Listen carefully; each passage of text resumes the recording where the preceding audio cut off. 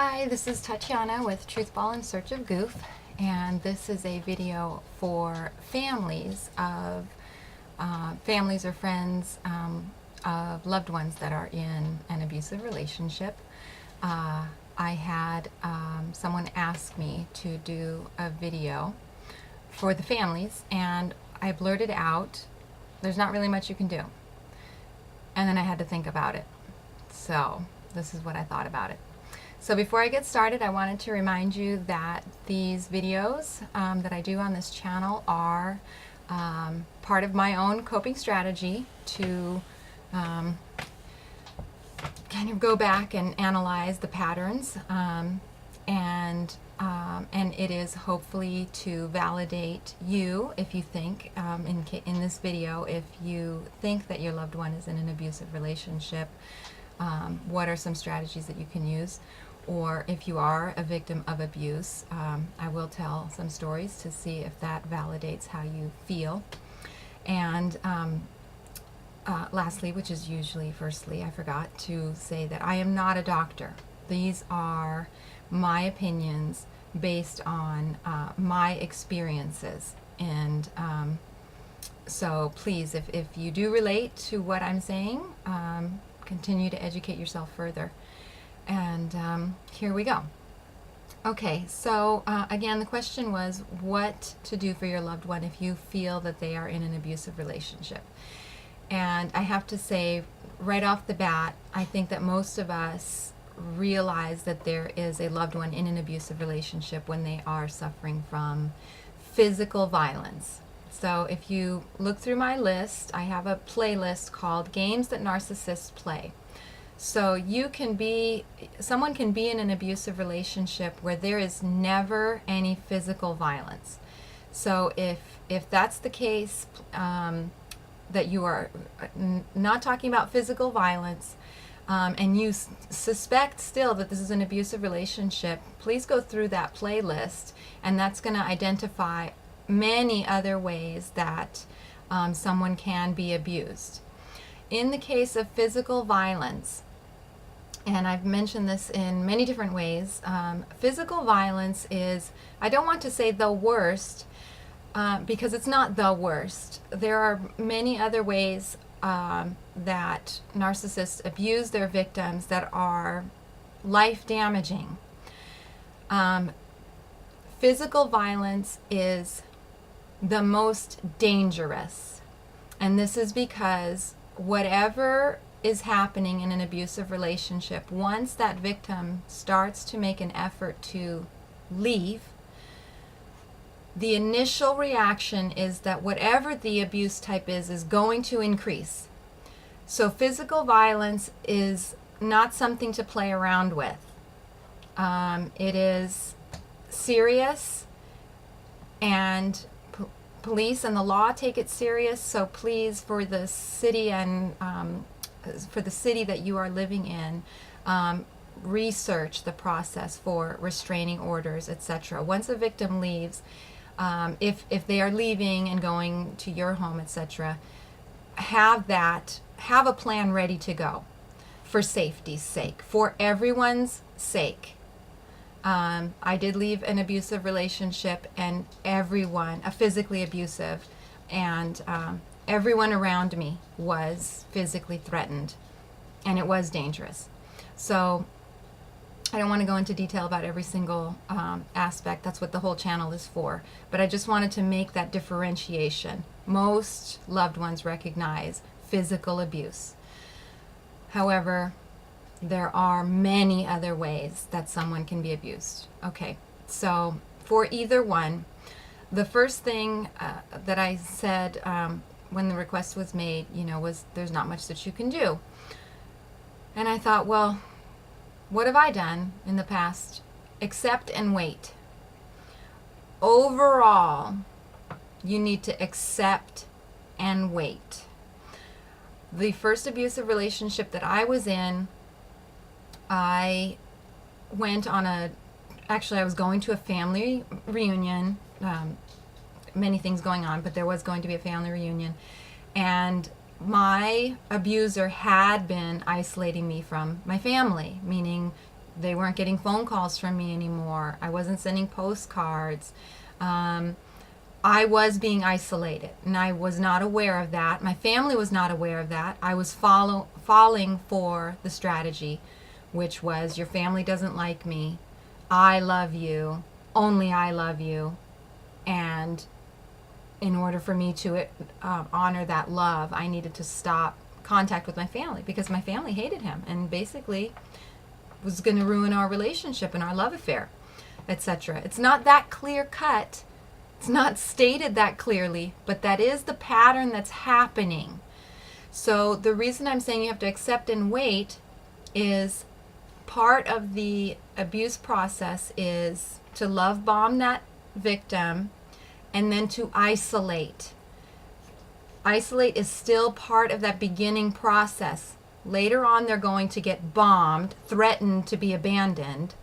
And at that point, they're already isolated from their family. So that abandonment is going to make them cling to them and start taking whatever they send down the pike in abuse.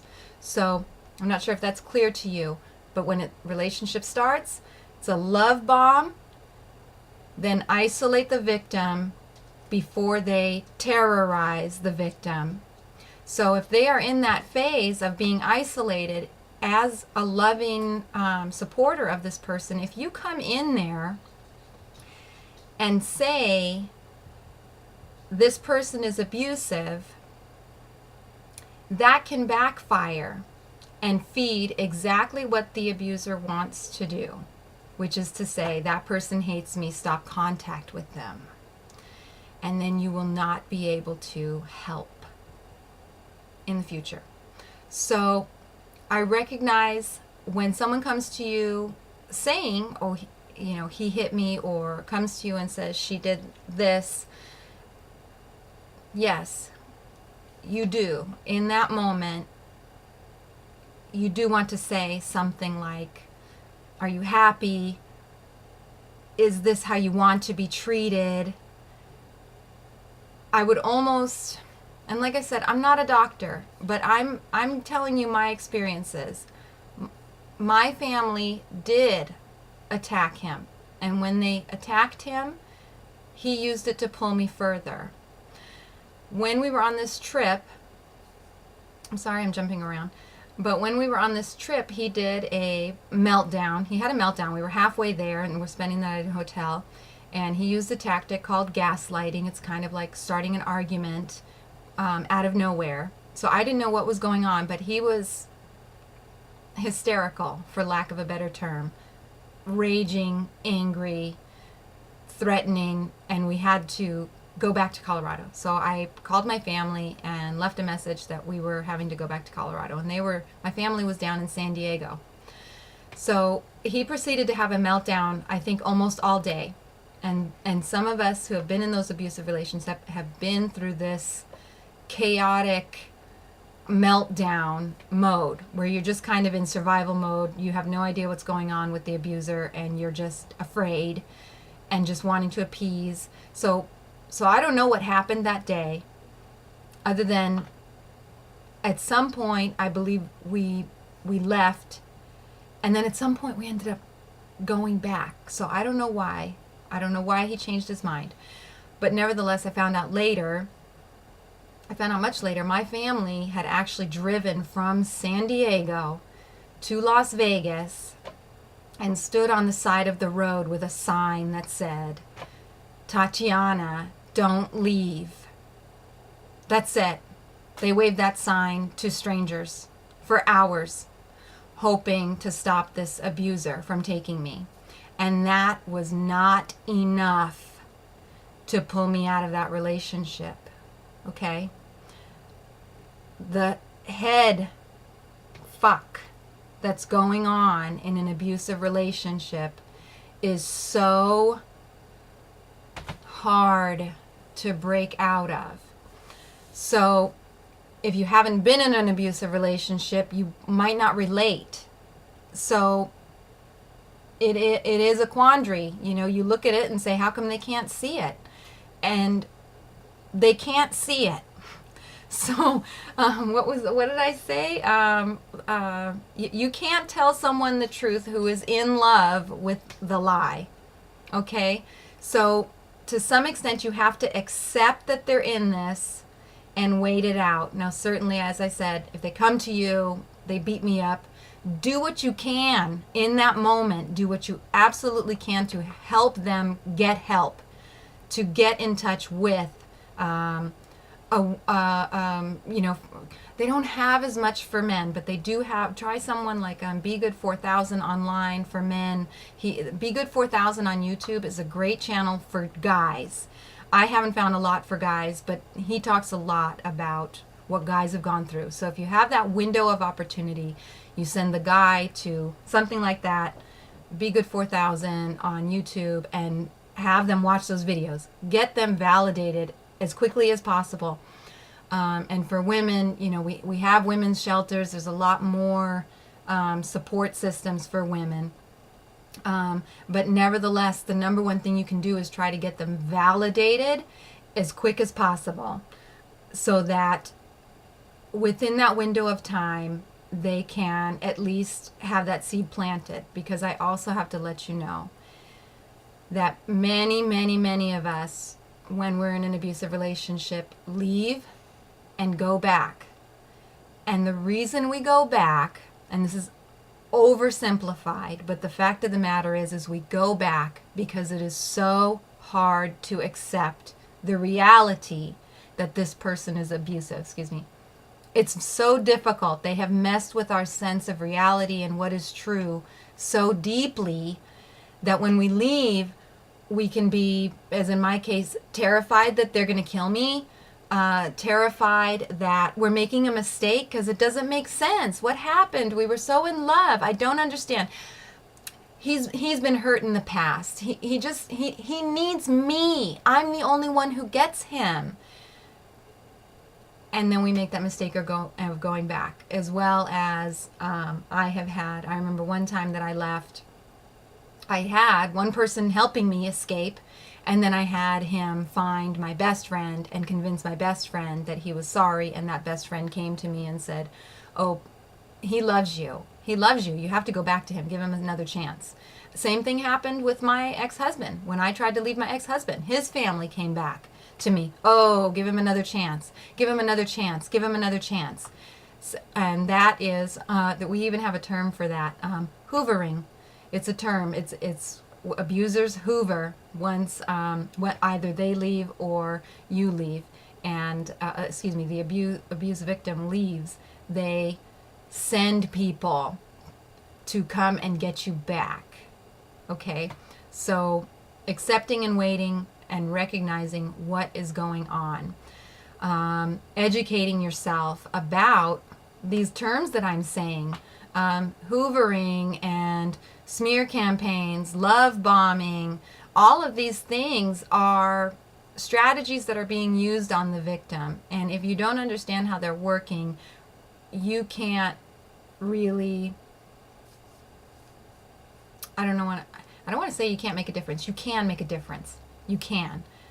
Those little flags that I remember of people caring about me when I left did matter. They didn't matter when I was in the relationship, but when I got out and could look and see clearly finally, and I mean I left him 4 or 5 times before I really left him. Once I got out, as soon as I was out, I realized, oh, that's an abusive relationship because of all of these flags. And I can go back in time and say, yes, people did try to tell me that. And that will validate the victim later. So again, even as I started this video, these videos validate me. They're designed to validate other people. If someone comes to you for help, give them as much validation as possible. Validate. That's what counselors do as well, and groups. Yes, what you're going through is real, because it is very hard to accept that it's real. Okay, let's see. there's so many different scenarios that, if someone that you can be caring about that's in an abusive relationship. I have had someone in my family in an abusive relationship. I'm sorry, I'm looking at my notes. I have had someone in my family and experienced all of what I'm telling you myself. I can't confront them. It only made them cling to each other tighter. Anything that I said specifically, such as, when he says this, it means he's doing that, because I'm so educated, right? I'm going to say, when you do this and that and this and the other thing. And because that person is not thinking clearly and they are participating in the abusive relationship, they would say what I said to the abuser. Well, Tatiana said blah, blah, blah, blah, blah, blah, blah, blah, blah. So you really need to change that behavior, because they don't know that they're confronting an abuser. Okay? I don't know if that makes sense, but another one of my favorite sayings is, for abuse victims, is, it takes two to tango, and if you don't like that song, stop dancing. And the key for that is that there's an abuser and a codependent victim that is unaware that they are participating in that abuse. They are falling for every game and getting angry when they want them angry and feeling hurt when the abuser wants them hurt. They're fighting back when the abuser wants them to fight back. And there's participation going on that you do not want to feed by giving details or accusations, I should say. You don't want to be adding accusations because there's a million different ways that it can be used against you and against the victim to pull them farther away from you. Okay, looking back at my notes, abuse is a complicated thing, and I suppose maybe in my mind I'm doing this video for people who are, say, family members that see, the victim or the couple more regularly. And so what I would recommend is,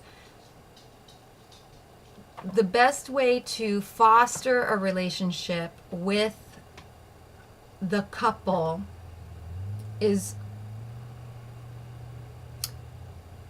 it's called feeding the narcissist. You feed the narcissist what they want on your terms. So, for example, you have your daughter who comes with her abusive boyfriend to Christmas holidays, and he is always putting her down, insulting her in front of everybody, and then eventually he gets upset or drunk and is abusive and then takes her home, and she's suffering. And that abuse wants that drama to happen every holiday so that you as a family are going to reject him. He will no longer have to be there, and then she will be isolated from her support system. And then you say to yourselves, we just want our daughter here at Christmas. Your boyfriend isn't welcome. And then he's going to use that against her and pull her away from you. You have to feed the narcissist what they want on your terms. He is going to mistreat her in front of you. It is up to you to figure out how you are going to have him do what he does in your home. You can distract him. You can have conversations with him that feed how awesome he wants everybody to think he is. Conversations that feed how powerful he thinks he is. Doing projects together that pull him away from her so that she can at least have some time.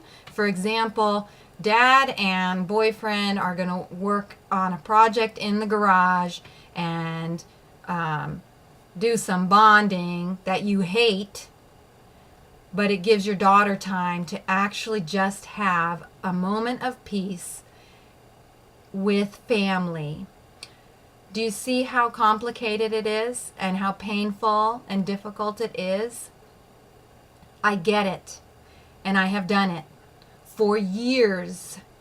with a family member where I'm watching it and there's nothing I can do. And I'm getting the phone calls in the middle of the night and there's nothing I can do. I can support, but I can't say anything bad about the boyfriend. In fact, I'm going to tell her, well, I love you both. Do I love them both? But I'm going to tell her, I love you both. And then I'm going to listen to everything she has to say, even if it takes her 3 hours to get it out. Even if she's crying and screaming, I'm going to listen because it's all I can do. It's all I can do, and it's all he really can allow her to do. Okay? He knows she's going to call me, and he knows that I don't say anything bad about him. Right? So he lets her talk to me anytime she wants to. Okay? So if I say something bad about him, he's not going to talk. She's not going to be able to talk to me. And I went through a phase. I made that mistake.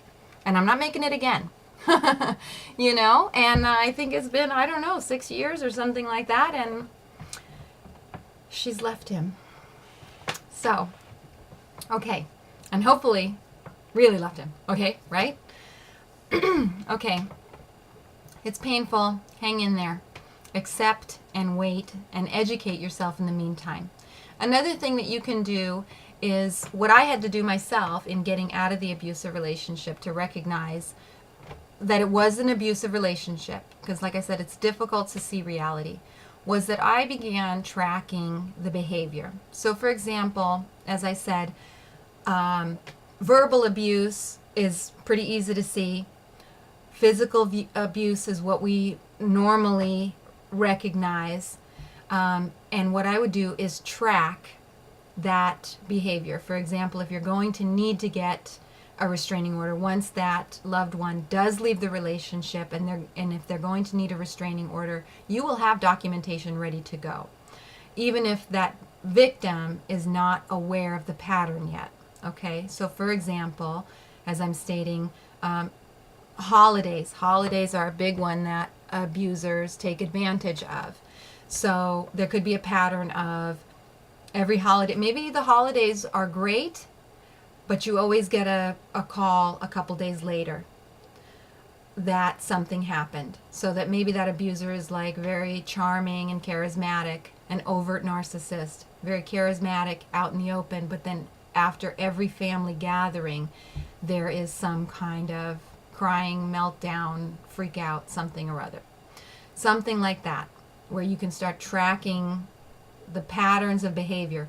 If you don't know what's going on, then just write down when something happened, if you know what triggered it, etc. Just anything that will help you to become aware that it's a pattern, it is a game, and you will win. Educate yourself, you will win. That person will win if you hang in there. It is difficult, very difficult, but you can win. Okay, the last one, I wanted to mention an example here, was the importance of tracking that behavior. I had a neighbor of mine who, her husband, I think they were married, was, extremely abusive. And I don't know what drugs both of them were on, but the screaming, it was painful. And they had the most beautiful toddlers. So beautiful. And I did try a couple times to kind of bring a dessert over to the house, like, hi, I'm Tatiana, I'm your neighbor. I have some extra blah, blah, blah for the kids. Just to look. Because, if you haven't seen any of my videos, I am licensed to teach. I'm a required reporter. So I know something's going on. But I couldn't see any abuse on the children. However, one night, I don't know, maybe I'd been living there about 1.5 years. I woke up and I don't even know why. Meant to be. I woke up and I could see police lights flashing, no sirens, but just lights. And it was like 3 o'clock in the morning. So I go outside to see what's going on. And there's my neighbor, the wife, is standing outside naked. I think she had on maybe a police jacket. She's naked with a police jacket on. And there are 7 police cars on my street. 7. And they will not go into the house because they are afraid that he is on drugs and he is going to harm the children. So she ended up spending the night on my porch. I went into the house. I got her clothing. She wore my pajamas. She did not spend the night inside my house because we were afraid of the neighbor. But she did spend the night on the top of the deck. She was afraid of him. The police were afraid of him. However, because of the injuries on her body that could be seen, and they were bad, burn your body bad. Because of the injuries that they could see, they pursued prosecuting him without her consent. So much so they came and interviewed me a week or 2 later. And they were planning on waiting for a safe time to arrest him. So that is hardcore stuff. But that tracking of the behavior was important, and that's why they came and interviewed me, because I had heard the abuse, and I talked to them about the abuse that I could see on her body once I brought her up to the deck. Okay, so there's also hope in that if you are truly concerned about physical abuse that's occurring and your loved one is completely unaware of the abuse. You can do something. You can at least track, and that could be helpful in the future. Okay, and then let me see, I've got some tiny little notes here on the side. Of course, for yourself, you can find a counselor, and I'm going to give you a phone number here at the end that you are always welcome to call. And then, and this is something that you can ask yourself too as you're educating yourself about what's going on. Last thing. Ask yourself why this victim has low self-esteem. Did someone in their life abandon them? Or is someone else in your family also abusive? Okay, those are 2 important questions to think about as you are researching what's going on and the ins and outs and the fine details of what the aspects of an abusive relationship are, so that you can find your place in there. And so I'm going to also add there at the end regarding accepting and waiting as your number one, I don't know, because it's not hope. it's more of a some place where you can have peace. That's all I can say, is accepting that they're in that relationship and waiting out. And then I also want you to look up something called Gray Rock. Gray Rock is a strategy of how to survive whatever that abuser is doing with you as well, and how you can survive the interactions that you need to have with that abuser.